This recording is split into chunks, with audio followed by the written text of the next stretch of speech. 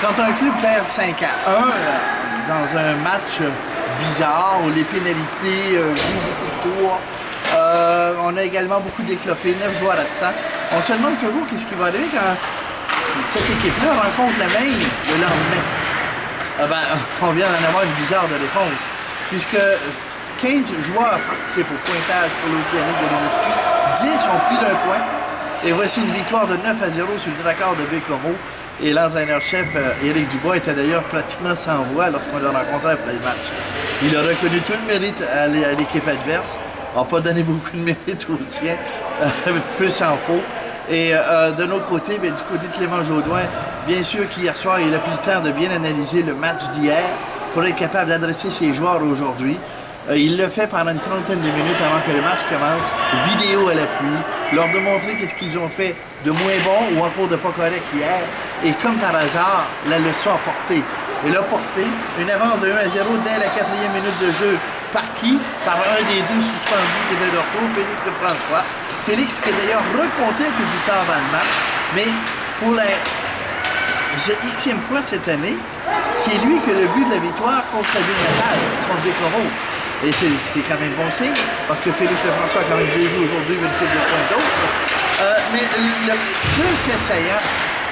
D'abord, on s'est fait prendre encore avec un 3 contre 5 en première période.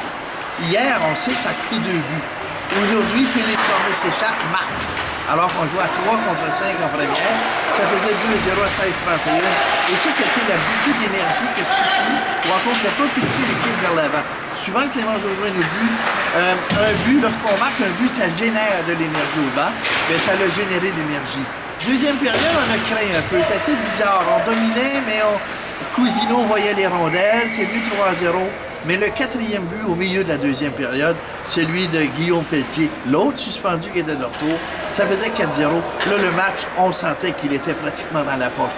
2 autres buts avant la fin de la deuxième. C'était 6-0. On en ajoute 3 en troisième. Écoutez, accorder seulement 2 tirs en deuxième période à une puissance offensive. Parce que le premier trio, on l'a pas vu le premier trio de Félix Petit aujourd'hui, comparativement à hier. Complètement absent. Alors ça, quand tes meilleurs joueurs sont meilleurs que les meilleurs de l'autre côté, il y a des chances de gagner. C'est ce qui s'est passé ce soir. Je voudrais quand même dire que les buts, Lefrançois, Cornet, Conti, Pelletier, Lefrançois, Emmanuel Boudreau 2 fois, Mathieu Asselin 2 fois. Quand on voit ça, je pense que le coach peut dire qu'il y a une équipe de travailleurs, il y a une équipe qui a du cœur, il avait raison d'être de bonne humeur après le match. 40 lancés à 17. Écoutez, c'est la monnaie de la pièce. Moi, j'avais dit au début du week-end qu'on irait chercher 2 points dans cette fin de semaine contre Baie-Comeau. 9 absents hier, 7 aujourd'hui. On est allé chercher 2 points. Je pense qu'avec la formation que là, peut-être Jonca de retour vendredi. Moi, je pensais à jeudi. Il y a autour de 10 tantôt, peut-être vendredi à Québec. Enfin, à Montréal et Québec. On verra si l'équipe va chercher 2 autres points là. Ils vont pouvoir s'en aller en vacances de Noël, la tête en paix, et se préparer au retour de d'autres joueurs pour la fin des fêtes. Pointage final 9-0. L'auriez-vous cru? Pas moi. Pour l'Océanique, sur le Drakkar de Baie-Comeau, ici Réal Jean Couture, au Colisée de Rimouski.